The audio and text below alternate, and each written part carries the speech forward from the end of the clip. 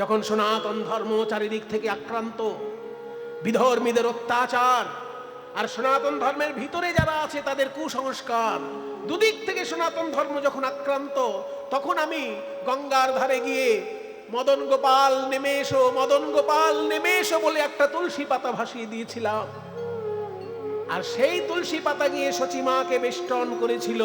তখন আমি বুঝেছিলাম সচিমায়ের গর্ভে আমার ভগবান নেমে আসছে। চোখের সামনে তোমাকে জন্মাতে দেখলাম নিমাই, চোখের সামনে তুমি নবদ্বীপে বড় বড় লীলা করলে। জগাই মাধায়ের মতন মাতালকে তুমি শুধু ভদ্রলোক বানালে না, তাদেরকে ভক্ত চূড়ামণি করে দিলে। মলয় চাঁদ কাজীর মতন কট্টরপন্থী সন্ত্রাসবাদী একজন শাসক, তাকে তুমি উদারপন্থী মানুষে পরিণত করলে। তাহলে তুমি যে নবদ্বীপে এত বড় বড় ঘটনা ঘটালে, আমার কত বুকটা ভরে যাচ্ছিল তোমাকে নিয়ে, আর আমার চোখের সামনে তুমি সন্ন্যাসী হয়ে চলে গেলে নিমাই। তাই কাঁদিছেন অদ্বৈতাচার্য, কাঁদিছেন অদ্বৈতাচার্য শ্রীবাস, সঙ্গে শ্রীবাস গদাধর। কাঁদিছে অদ্বৈতা, কাঁদিছে অদ্বৈতাচার্য শ্রীবাস, শ্রীবাস গদাধর। মুরারি মুকুন্দ কাঁদে, ওই মুরারি মুকুন্দ কাঁদে, মুরারি মুকুন্দ কাঁদে, আরো বক্রেশ্বর। ওই মুরারি মুকুন্দ কাঁদে, মুরারি মুকুন্দ কাঁদে, আরো বক্রেশ্বর।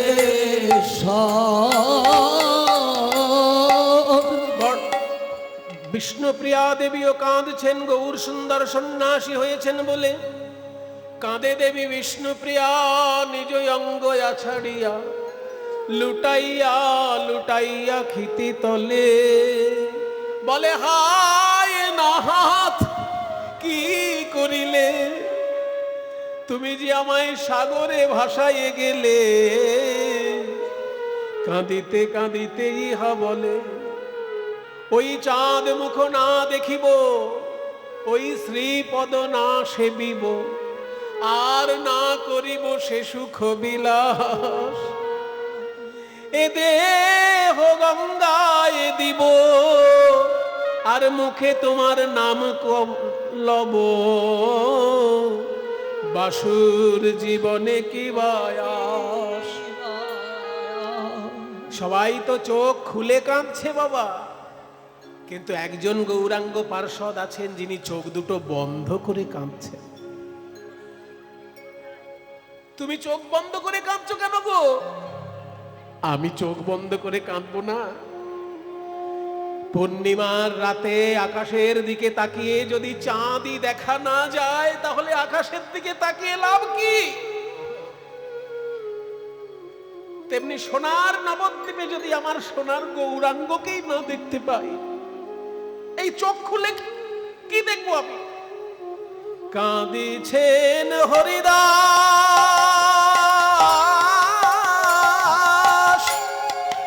দুই আঁখি মুদিয়া, প্রভু হে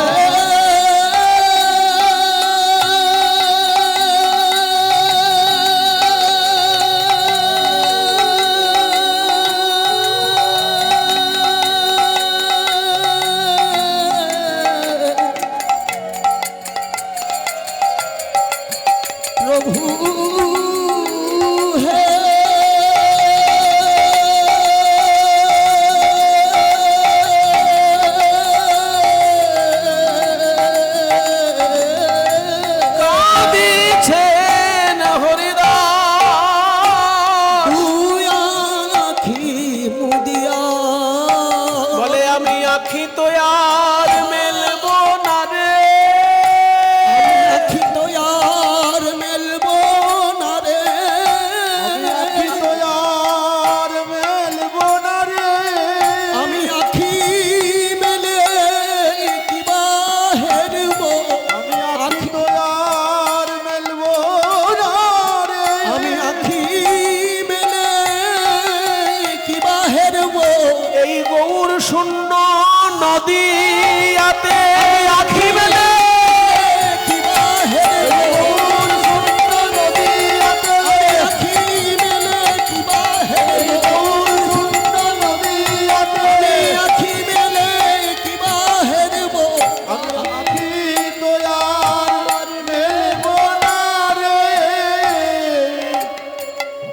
নিত্যানন্দ শচীর মুখ নিরখিয়া। আর কাঁদে নিত্যানন্দ শচীর মুখ নিরখিয়া। কোনো পাড়ায় কোনো ছেলে যদি সন্ন্যাসী হয়ে যায়, শুধু সেই বাড়ির লোকেরা কাঁদে না, পুরো গ্রামের লোক দুঃখ পায়। আর সেই ছেলেটি যদি আবার সুশিক্ষিত ভদ্র ছেলে হয়, কি বাবা, যদি একটা ফালতু ছেলে গ্রাম ছেড়ে চলে যায় তো গ্রামের লোক একটু শান্তি পায়। কিন্তু সুশিক্ষিত ভদ্র ছেলে যদি সন্ন্যাসী হয়ে চলে যায়, তাহলে সেই বাড়ির লোকেও যেমন কাঁদে, পাড়ার লোকেও কাঁদে, গ্রামের লোকেও কাঁদে।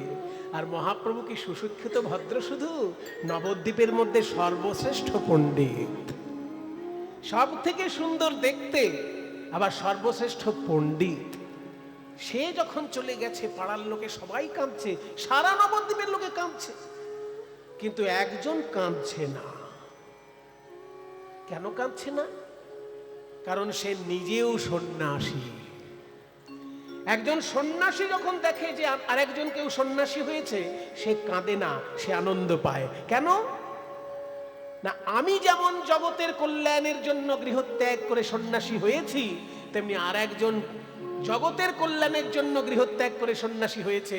এবার আমরা দুই ভাই মিলেমিশে জগতের কল্যাণ করতে পারবো। এই জন্য কোন সন্ন্যাসী যদি দেখে যে আরেকজন সন্ন্যাসী হয়েছে, সে দুঃখ পায় না, সে আনন্দ পায়। তাহলে নিত্যানন্দ নিজে সন্ন্যাসী, তাই গৌরাঙ্গ সন্ন্যাসী হবার ফলে তার আনন্দ হবার কথা, কিন্তু তারও চোখে জল দেখা গেল। নিতাই, তোমার চোখে জল কেন? তুমি তো সন্ন্যাসী। ও, আমার চোখে জল? আসলে আমি তো নিমাইয়ের জন্য কাঁদছি না। আমি কাঁদছি কেন জানো? ওই নিমাইয়ের মায়ের জন্য। নিমাইয়ের মায়ের দুঃখটা কে বুঝবে? 8টা মেয়ে ছিল শচী মায়ের, 8টা মেয়েই মারা গেছে। দুটো ছেলের মধ্যে বড় ছেলে বিশ্বরূপ, সে 12 বছর বয়সে সন্ন্যাসী হয়ে চলে গেছে। আর একটা মাত্র ছেলে, তার নাম নিমাই, সেও আজকে 24 বছর বয়সে সন্ন্যাসী হয়ে চলে গেল। আর স্বামী জগন্নাথ মিশ্র পরলোক গমন করেছেন। তাহলে তো মায়ের আর কেউ রইল না। আমি নিত্যানন্দ, আমি যখন সন্ন্যাসী হয়েছিলাম, আমার ভাইরা বাড়িতে ছিল। আমি চলে এসেছি, আমার ভাইরা বাড়িতে ছিল। কিন্তু আমার মা কেমন করে কাঁদছিল সেটা আমার দেখা সম্ভব হয়নি। আজকে শচী মাকে দেখে আমার মনে হলো আমার মাও তাহলে এইভাবেই কেঁদেছে। কাঁদে নিত্যানন্দ শচীর মুখ নিরখিয়া। আর কাঁদে নিত্যানন্দ শচীর মুখ নিরখিয়া। ও মা, তুমি কেঁদো না মা, তোমার নিমাই চলে গেছে সন্ন্যাসী হয়ে, কিন্তু আমি আরেকটা তোমার ছেলে আছি মা। তোমার কোনো দুঃখ কষ্ট আমি হতে দেব না। আমি তোমার আরেকটা ছেলে। শচীরানী হবে পাগলিনী, শচীরানী হবে পাগলিনী। বলে হারায়ে গৌর গুণমণি, মায় আমার যেন মনি হারা ফণি। হারায়ে গৌর গুণমণি, হারা ফণি। হারায়ে গৌর গুণমণি, আমার যেন মনি হারা ফণি। হবে শচীরানী পাগলিনী। আর কাঁদে নিত্যানন্দ শচীর মুখ নিরখিয়া। গৌরাঙ্গ মহাপ্রভু নবদ্বীপ ছেড়ে চলে গেছেন বলে নবদ্বীপবাসীর যে বিরহ দশা, সেটা বর্ণনা করছেন পদকর্তা বাসুদেব ঘোষ। এবার তিনি নিজের কথা বলছেন। বড় সুখময় কীর্তন করিত নদিয়ায়। আমি হলাম কীর্তনিয়া বাসুদেব ঘোষ। আমি মহাপ্রভুর প্রিয় কীর্তনিয়া, জানো। মহাপ্রভু আমাকে গান শিখিয়েছেন, কিন্তু এখন সেই গান আর কে শেখাবে? সেই পাথর গলানো সুরে আমাকে আর গান কে শেখাবে? আমার মতো বাসুদেব ঘোষ আর তো গান শিখতে পারবে না। তাই বাসুদেব ঘোষ নিজের কথা বলছেন, সুখময় কীর্তন করিত নদিয়ায়, আজ সঙরি সেসব, সঙরি মানে স্মরণ করে, সঙরি মানে স্মরণ করে, সঙরি সেসব বাসুর হিয়া ফাটি যায়, সঙরি সেসব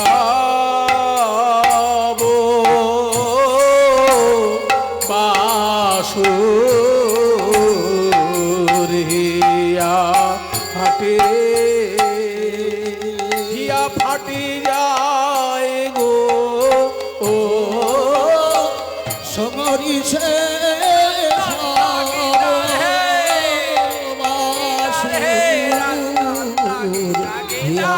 ফাটে যায় গো সমরি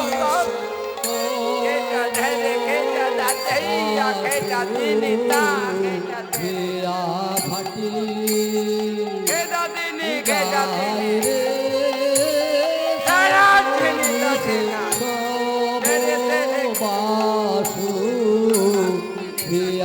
জয়নিতাই, সকলের কাছে আমার বিনীত অনুরোধ, এই কীর্তন কমিটির ভক্তগণ অনেক কষ্ট করে, অনেক পরিশ্রম করে এত বড় কীর্তন অনুষ্ঠানের ব্যবস্থা করছেন।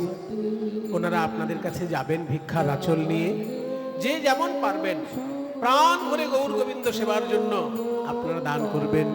শিব ঠাকুরের এত সুন্দর মন্দির প্রাঙ্গণে বসে কীর্তন শোনা এ বড় ভাগ্যের ব্যাপার। আমারও বড় ভাগ্য যে আমি আজ শিব ঠাকুরের চরণতলে গান শোনাতে পাচ্ছি।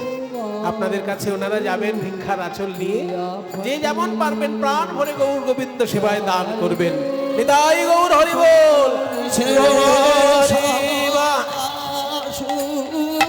হিয়া ফাটি যায় রে সমরি সব বাসু, হিয়া ফাটি যায় রে সমরি সব বাসু, হিয়া ফাটি যায় রে সমরি সব বাসু, হিয়া ফাটি যায় রে সমরি সব বাসু, হিয়া ফাটি যায় রে সমরি সব বাসু, হিয়া ফাটি যায় রে সমরি সব বাসু, হিয়া ফাটি যায় রে সমরি সব বাসু, হিয়া ফাটি যায় রে সমরি সব বাসু, হিয়া ফাটি যায় রে সমরি সব বাসু, হিয়া ফাটি যায় রে সমরি সব বাসু, হিয়া ফাটি যায় রে সমরি সব বাসু, হিয়া ফাটি যায় রে সমরি সব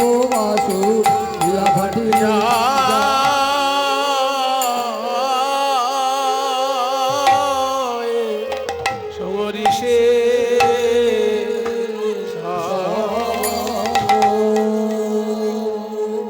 তাহলে নবদ্বীপে গৌরাঙ্গ মহাপ্রভু সন্ন্যাসী হয়েছেন বলে কেমন ভাবে সবাই কাঁদছে আমরা দেখলাম।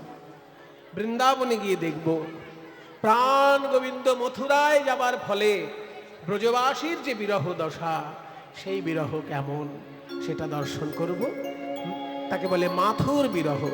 মথুরায় যাবার ফলে যে বিরহ তাকে বলে মাথুর বিরহ। সেই মাথুর লীলা আস্বাদন হতে চলেছে। জব সে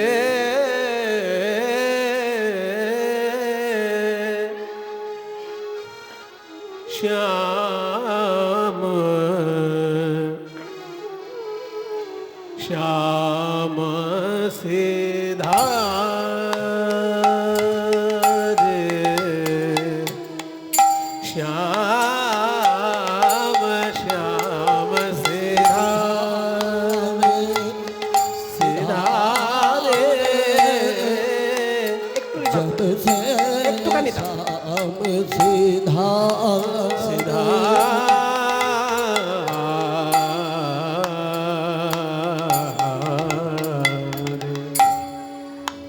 সিধা রে সিধা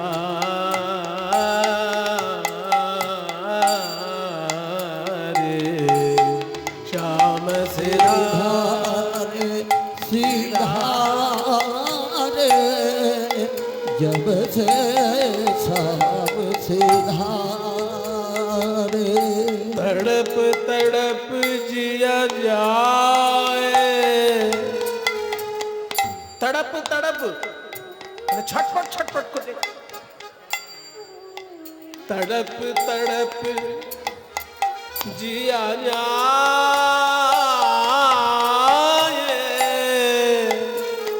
तड़प तड़प जिया जाए, श्याम सिधारे सिधारे जब जब से शाम सिधारे सिधारे जब से शाम सिधारे जब से श्याम सिधारे, जब से মানে যখন থেকে, শ্যাম শ্যাম সুন্দর, সিধারে মানে বিদায় নিলেন, তখন থেকে তড়প তড়প ছটপট ছটপট করে জিয়া যায়, আমার প্রাণ যেন যায় সখী, তড়প তড়প জিয়া যায়, জিয়া যায়, শ্যাম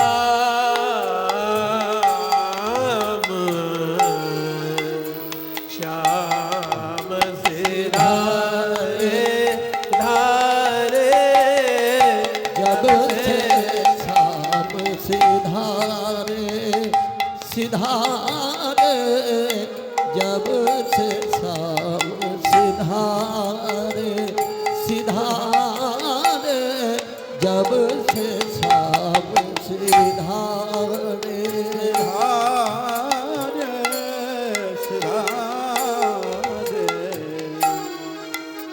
जब से सब से धारे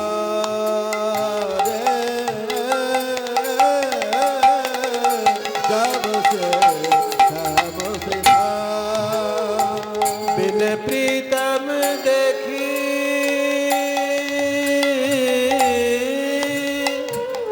बिन प्रीतम देखी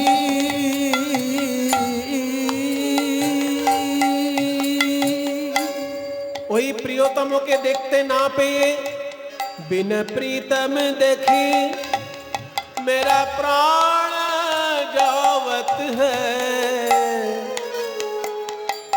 बिन प्रीतम देखी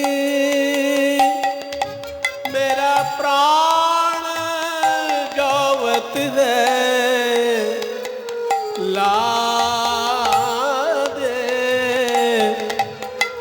दे मन इन दे, ला दे प्रीतम प्यारे प्यारे, जब से श्याम सिधारे सिधारे, जब से शाम सिधारे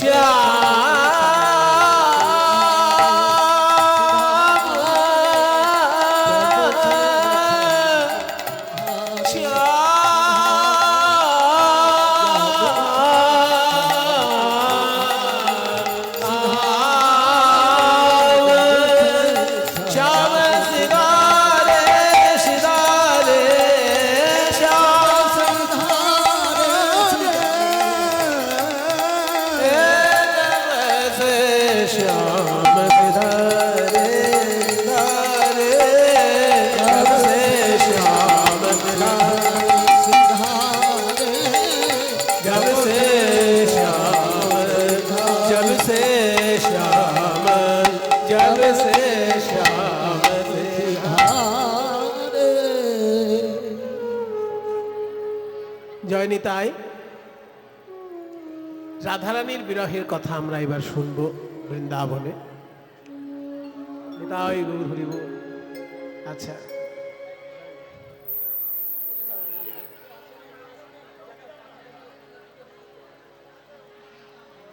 জয়নিতাই একজন বয়স্ক মানুষ এসেছেন, ওনাকে আমরা কিছু বলছি না, কিন্তু এরপরে আর কেউ আসরে এসে এইভাবে আমাদেরকে দক্ষিণা দেবেন না, কারণ এতে গানের ভাবটা বারবার বারবার ক্ষতিগ্রস্ত হবে। সেই জন্য লীলা যেমন চলছে সেই রস আস্বাদন করুন। যারা ভিক্ষার আঁচল নিয়ে গিয়েছেন আপনাদের কাছে, তাদের কাছে আপনারা প্রাণ ভরে ভিক্ষা দান করুন। আসরে এসে এইভাবে উপহার দক্ষিণা দিয়ে, গানটার অসুবিধে হচ্ছে, ডিস্টার্ব হচ্ছে, গানটাকে কেউ অসুবিধে করবেন না। ওই আঁচলের যাচ্ছেন, ওখানে গেলেই ভগবানের চরণে আপনাদের দান পৌঁছে যাবে। নিতাই গৌর হরি।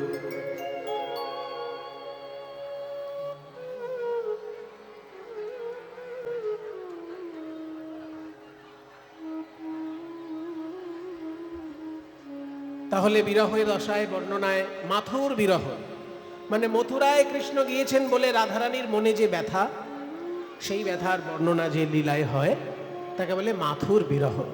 সেই মাথুর বিরহ আজকে আস্বাদন হতে চলেছে। আজকে রাধারানী আমার বলছেন, সখী ও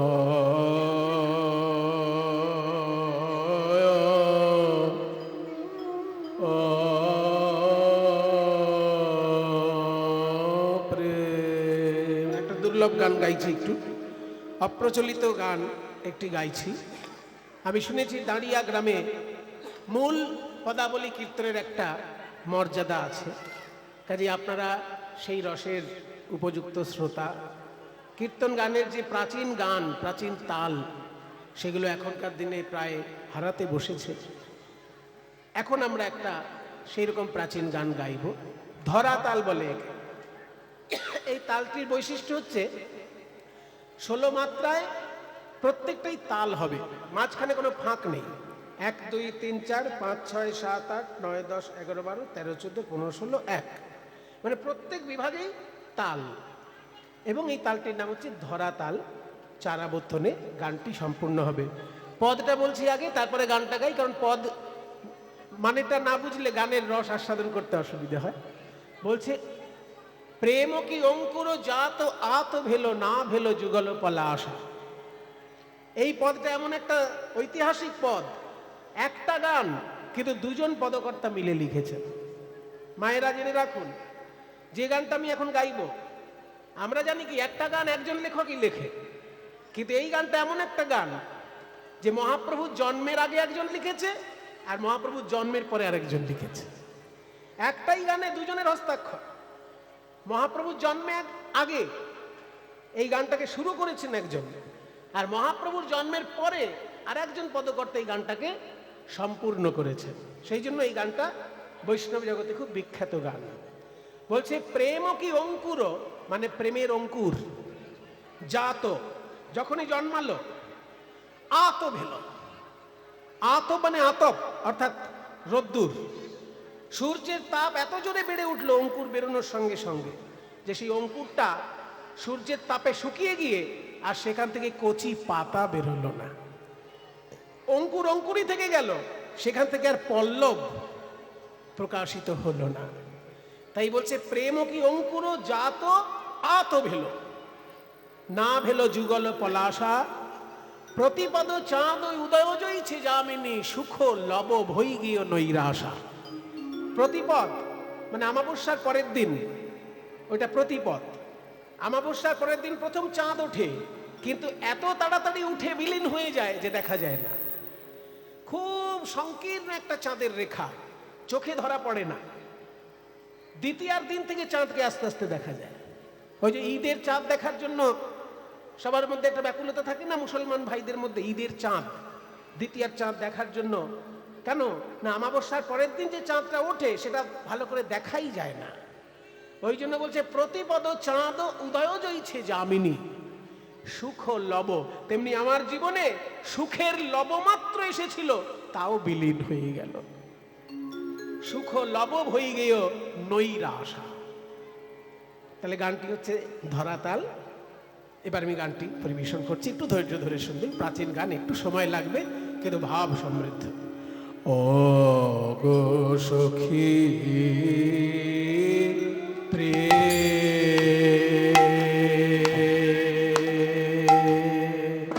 প্রেম ও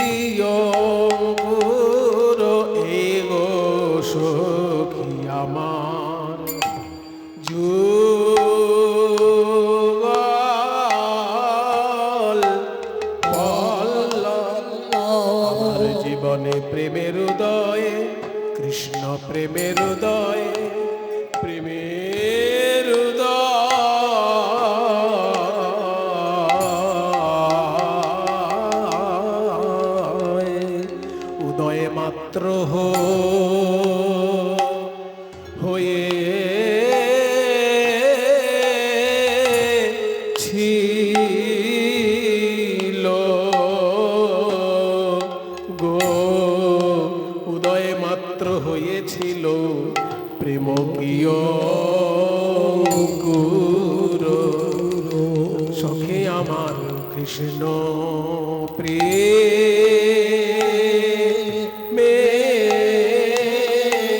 যুগ অঙ্কুর আমার অন্তরে অন্তরে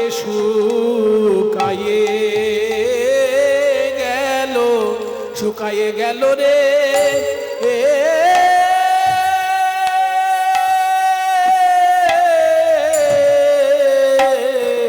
অঙ্কুর অন্তরে শুকায়ে ওই কৃষ্ণ বিরহ তপে অঙ্কুর শুকাইল রে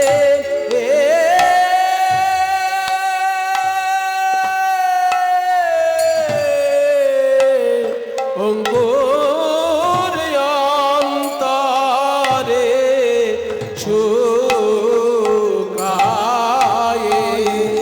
শুকায়ে গেল রে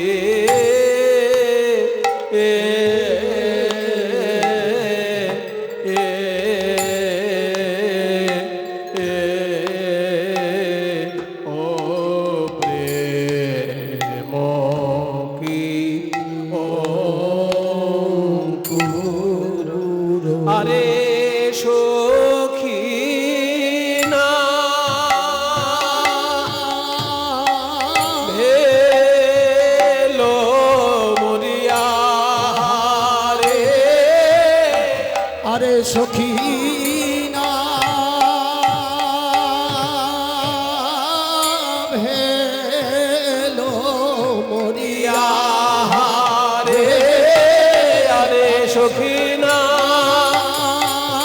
ভেলো মরিয়া রে আরে সখী না ভেলো মরিয়া রে আরে সখী না ভেলো মরিয়া রে আরে সখী না ভেলো মরিয়া রে আরে সখী না ভেলো মরিয়া রে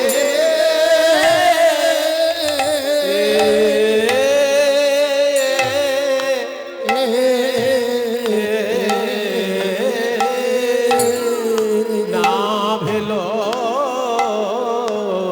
যুগল পলা বিরহ তপে আমার না ভেলো যুগ সখী রে আমার না ভেলো যুগ যুগল যুগল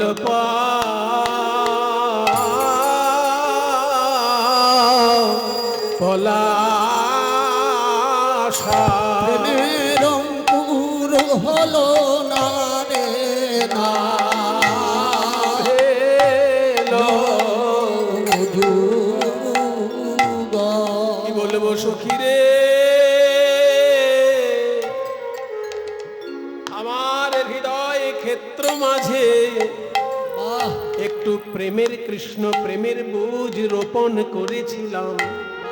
বীজ রোপণ করেছিলাম তাতে অঙ্কুর হয়েছিল কিন্তু অঙ্কুর অন্তরে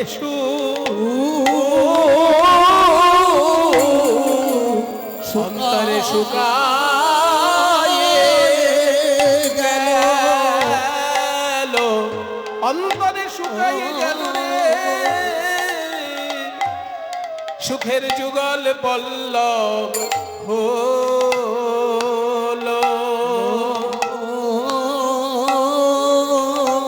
হলো না গো অঙ্কুর অন্তরে অন্তরে শুকায়ে গেল সখী রে যুগল পল্লব হলো না গো অন্তরে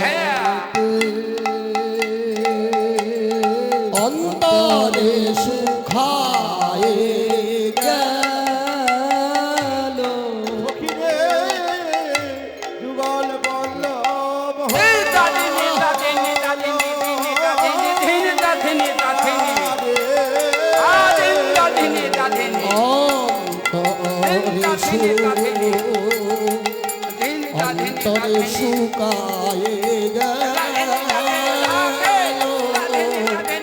যুগল পল্লব হলো না রে অন্তরে শুকায়ে গেল একাদশ কোটি তাল চলছে। যুগল পল্লব হলো না রে অন্তরে অঙ্কুর আমার অন্তরে শুকায়ে গেল রে যুগল পল্লব হলো তাই গৌর হরি বল। অন্তরে সুখায়ে গেল যুগল পল্লব হলো না রে অন্তরে শুকায়ে গেল আরে না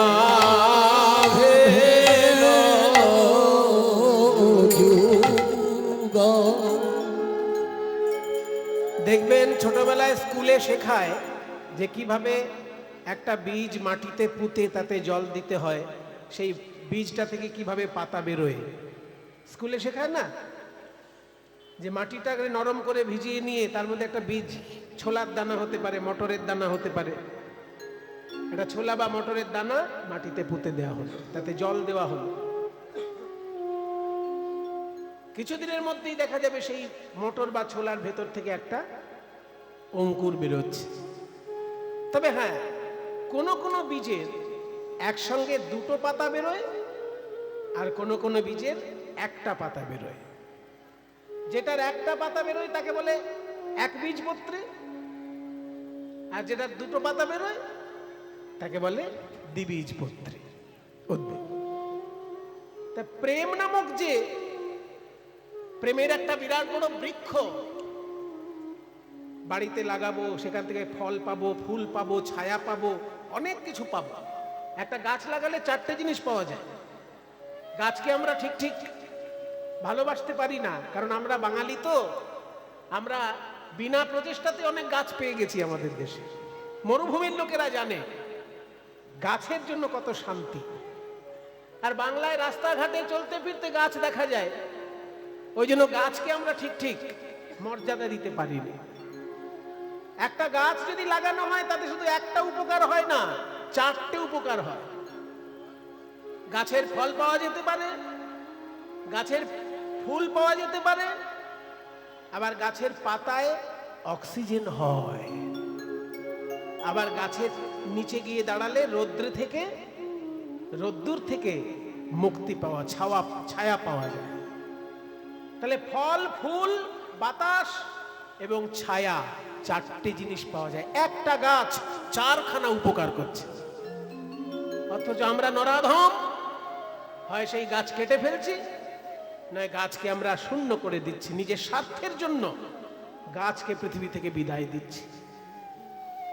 তাই গাছ লাগানো হচ্ছে বিরাট বড় একটা পুণ্যের কাজ।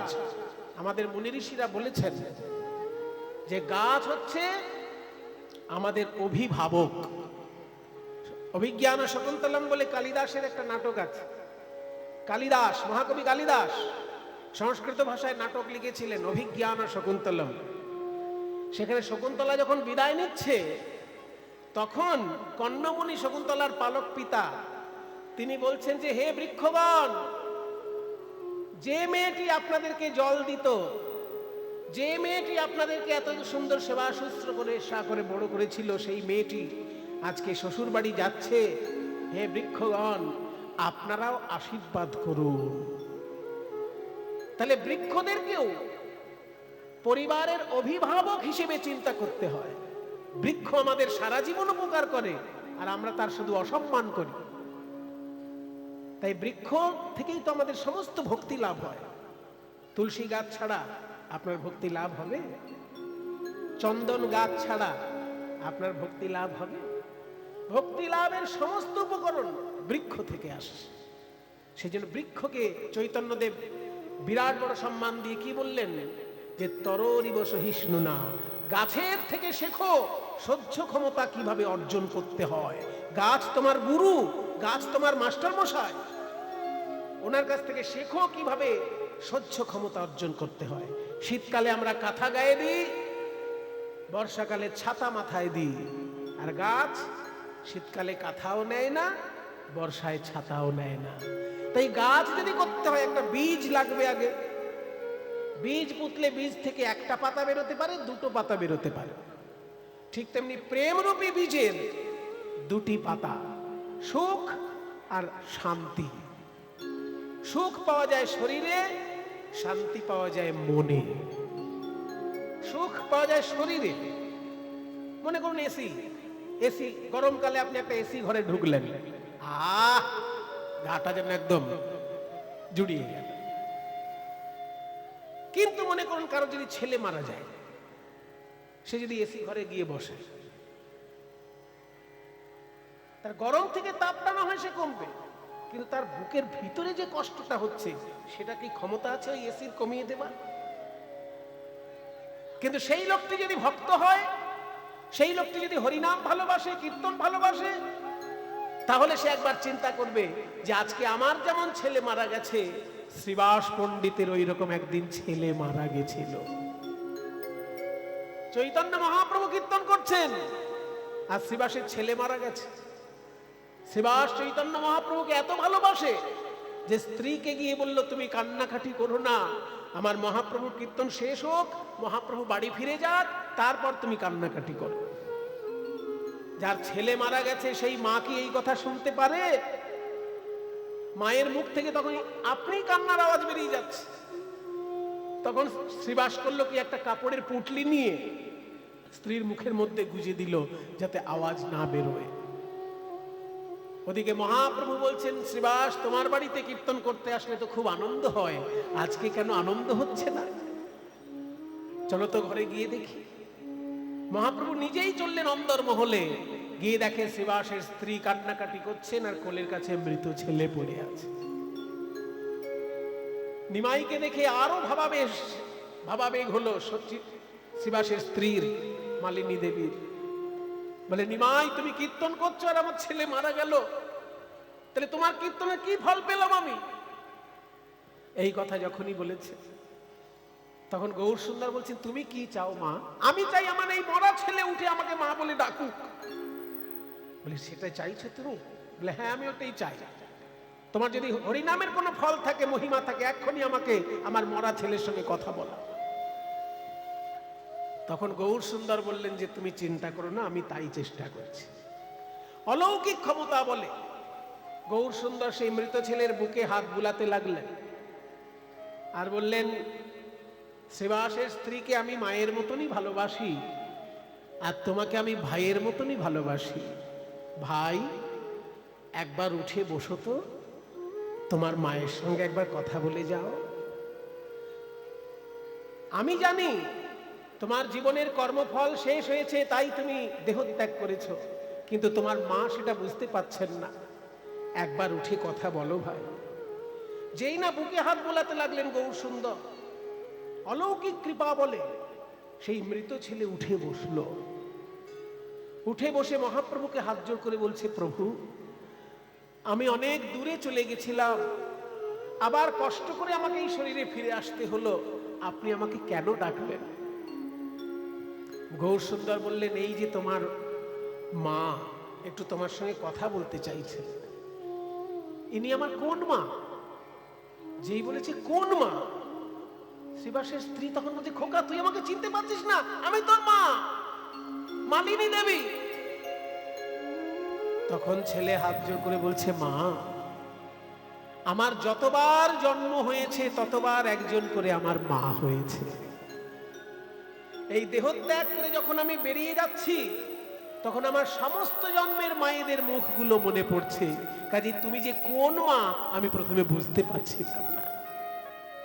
তুমি আমার এই জন্মের মা, তেমনি আগের জন্মে আমার আরেকজন মা ছিল, তার আগের জন্মে আরেকজন মা ছিল, আমি বহুবার মা পেয়েছি, তেমনি তোমাকেও এইবারে আমি মা হিসেবে পেয়েছি। আমার কর্মফল শেষ হয়েছে মা, এই শরীর ধারণ করে আর আমার থাকা সম্ভব নয়, তুমি আমাকে অনুমতি দাও আমি বিদায় নিই। তখন মালিনী দেবী বললেন, তাহলে তুই আমার কোলে থেকে শান্তি পাবি না? বলে, না মা, কর্মফল শেষ হয়ে গেলে তার আর থাকার কোনো অধিকার থাকে না। যেমন যদি কেউ মিলিটারিতে চাকরি পায়, তখন মিলিটারি কোয়ার্টার সে ব্যবহার করে, কিন্তু মিলিটারি চাকরি যখন তার শেষ হয়ে যায়, ওই মিলিটারি কোয়ার্টার আর সে ব্যবহার করতে পারবে? তেমনি এই দেহটা একটা কোয়ার্টার। যতদিন আমাদের কর্ম ফল, ততদিন এই দেহের মধ্যে থেকে ভোগ করা। কর্মফল শেষ হলে এই কোয়ার্টার ছেড়ে চলে যেতে হবে। এই তত্ত্ব যখন শ্রীবাসের স্ত্রী বুঝতে পারলেন, তখন মাথায় হাত দিয়ে বললেন, বাবা, তুই খুব কষ্ট পেয়েছিস আমার জন্য এই শরীরে ফিরে আসতে। যাক, আমাকে একবার মা বলে ডেকেছিস, এতেই আমার শান্তি। তুই আবার তোর ওই নিজের দেশে চলে যা বাবা, আবার নিজের দেশে চলে যা, তোকে কষ্ট করে এখানে আমার সামনে থাকতে হবে না। তখন শ্রীবাসের স্ত্রীর সামনে আবার সেই ছেলে ঢলে পড়ল। এই হচ্ছে মহাপ্রভুর জীবনের ঘটনা।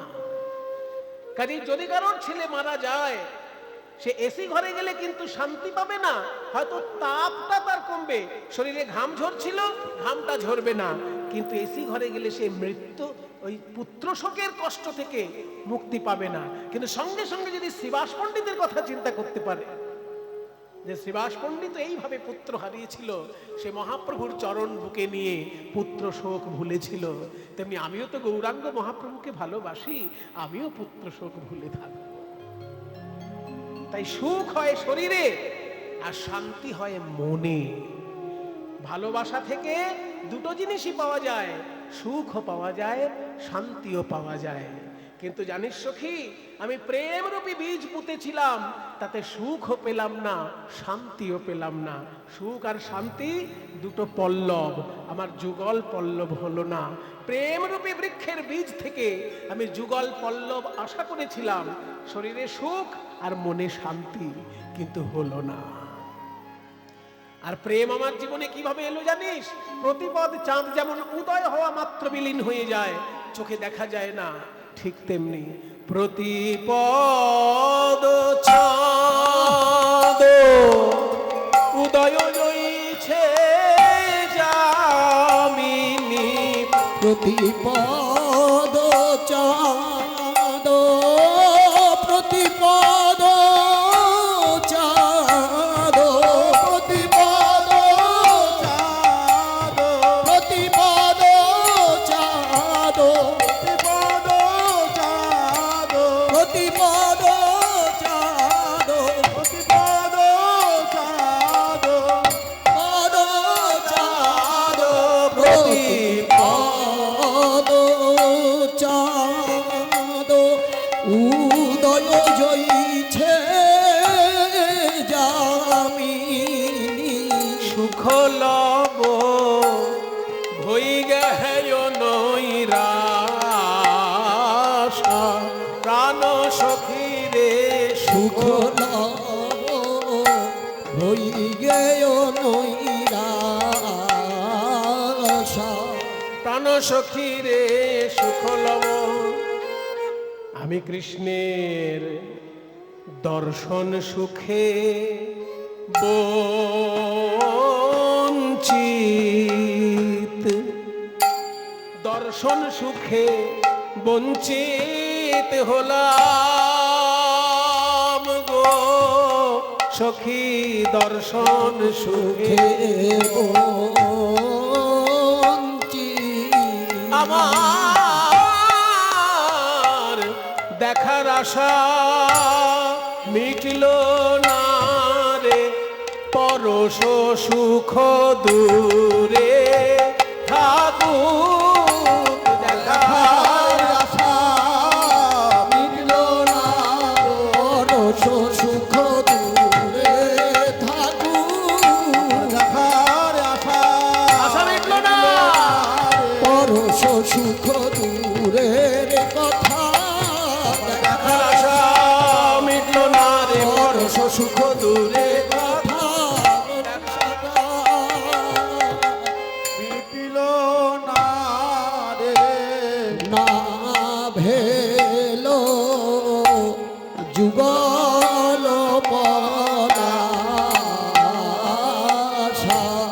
সখী রে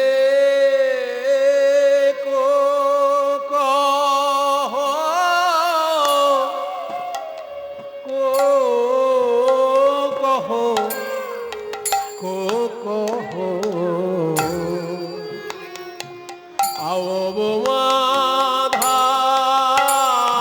অবমাধাই রে প্রাণ সখী রে কহ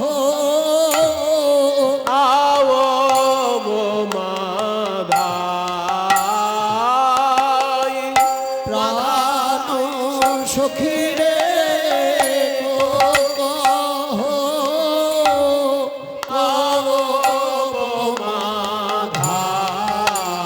অবমাধাই প্রাণ সখী রে অবহুরা হলো বিছুরাই রে প্রাণ সখী রে অবহুরা আমি কৃষ্ণ সেবা জানি না না সেবা জানি না গো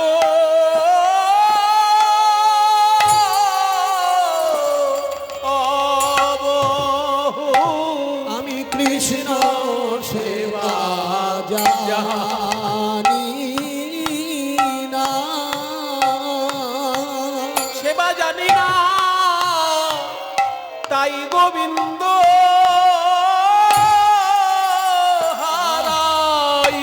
হারাইলাম। আমি কৃষ্ণ সেবা জানি না সেবা জানি না রে গোবিন্দ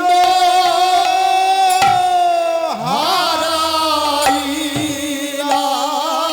যে আদরে আদরে ফিরে গো আমি তাই গোবিন্দ হারাইলাম। সে যে আদরে আদরে থাকে গো তাই গোবিন্দ হারাইলাম। আদরে আদরে থাকে গো হারাইলাম। আহা আদরে আদরে থাকে গো আমি তাই গোবিন্দ হারাইলাম। আদরে আদরে থাকে গো তাই গোবিন্দ হারাইলাম কৃষ্ণ সেবা জানি জানি না গো অবহুরা হলো বিছরাই গো ও জানে চন্দ্র চকরিনী বঞ্চব ও জানে চন্দ্র ও জানে চন্দ্র ও জানে চন্দ্র ও জানে চন্দ্র চকরিনী বঞ্চব ও জানে চন্দ্র চকরিনী বঞ্চব আরে মাধবী মধু পশু মাধবী মধুপ সুজান মাধবী মধুপ সুজান অনুভবী কানু প্রীতি অনুমানিয়ে রে অনুভবী কানু প্রীতি অনুমানিয়ে রে অনুভবী কানু প্রীতি অনুমানিয়ে রে সখী রে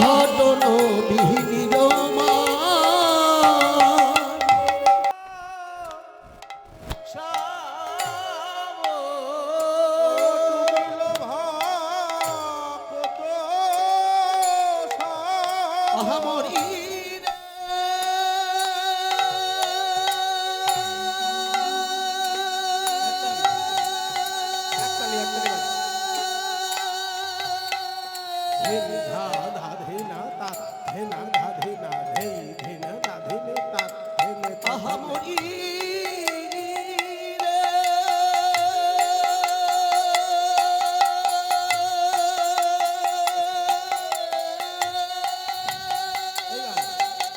ঘেনা ঘেনা না ঘেনা কিন্তু ঘেনা না ঘেনা।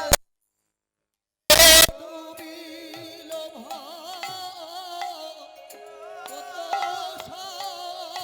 বলি তারাই তো ডুবিল।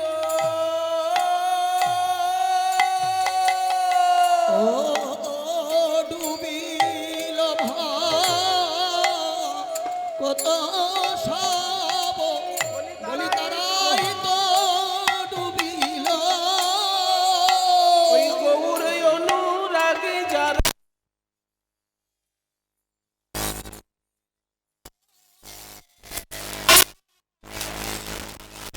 তারাই তো ডুবিল গৌর শোক সিন্ধু মাঝে তারাই তো ডুবিল যারা গৌর বিহনে প্রাণে মরে, বলি তারাই তো ডুবিল যারা গৌর বিহনে প্রাণে মরে,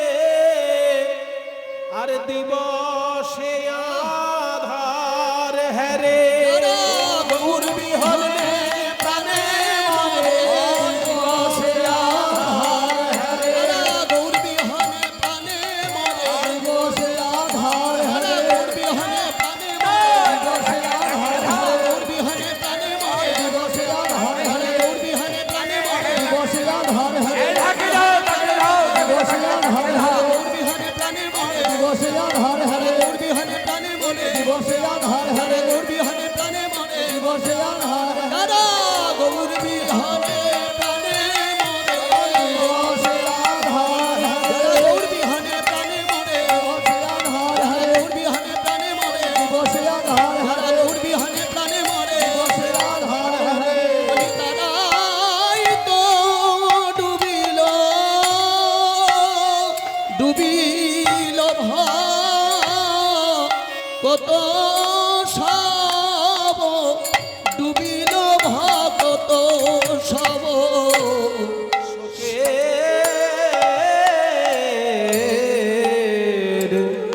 শোকের সায়রে ও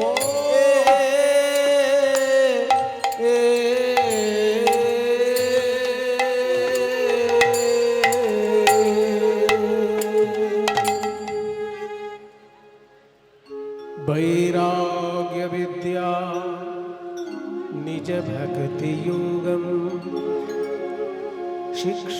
शिक्षार्थमेकः पुरुषः पुराणः श्रीकृष्ण चैतन्य शरीरधारी कृपाम्बुधीर्यस्तमहं प्रपद्ये कृपाम्बुधीर्यस्तमहं प्रपद्ये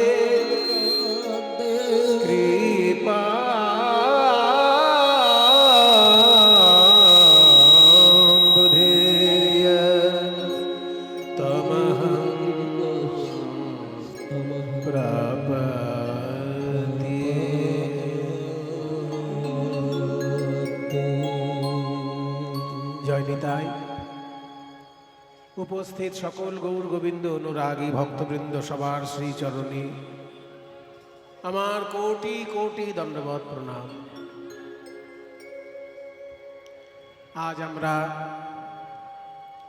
দেবাদিদেব মহাদেবের মন্দিরের চরণ মন্দিরের পার্শ্বে শিব ঠাকুরের চরণ প্রান্তে সকলে সমবেত হয়েছি। জগজ্জননী মায়েরও মন্দির পাশেই রয়েছে বাসন্তী মন্দির। শিব ঠাকুর হচ্ছেন দেবতাদের মধ্যে যখন মহাপ্রলয় নেমে আসে সেই প্রলয়ের দেবতা। সাধারণত আমরা জানি আমাদের ধর্মশাস্ত্র বলে তিনজন প্রধান দেবতা, ব্রহ্মা, বিষ্ণু, মহেশ্বর। ব্রহ্মা সৃষ্টিকর্তা, বিষ্ণু পালনকর্তা, আর মহেশ্বর প্রলয়কর্তা। ব্রহ্মা, বিষ্ণু, শিব তিনজন মিলে কিন্তু একই তত্ত্ব, একই ঈশ্বরের কৃপা তিনজনের মধ্যে দিয়ে তিন ভাবে প্রকাশিত হয়। আশ্চর্যভাবে আপনারা দেখুন, ইংরেজরা যাকে গড বলে জানে, খ্রিস্টানরা গড বলে না ভগবানকে। গড শব্দটার ভিতরেও কিন্তু ওই তিনটে ঘটনাই খেলা করছে। জিওডি গড, এই গড মানে কি? যে কোনো শব্দের তো একটা মানে থাকবে, কারণ অর্থহীন শব্দ তো পশু পাখি বলে, মানুষ তো অর্থহীন শব্দ বলে না। অর্থহীন শব্দ মানুষ উচ্চারণ করে, বিশেষ বিশেষ পরিস্থিতিতে করে, কিন্তু মূলত মানুষের একটা বৈশিষ্ট্য হচ্ছে যখনই শব্দ বলবে তার একটা মানে আছে। কোনো কোনো শব্দের মানে থাকে না, কিন্তু শব্দটা উচ্চারণ শুনলে বোঝা যায় তার বক্তব্য কি। যেমন কেউ আমায় আঘাত করলো, আমি তখন বললাম আহ। এই আ কিন্তু শুধু একটা আকার মাত্র, কিন্তু তার মানে কি আহ, তার মানে হচ্ছে আমার খুব ব্যথা লেগেছে। অর্থাৎ ওখানে বেশি শব্দ বলতে হলো না,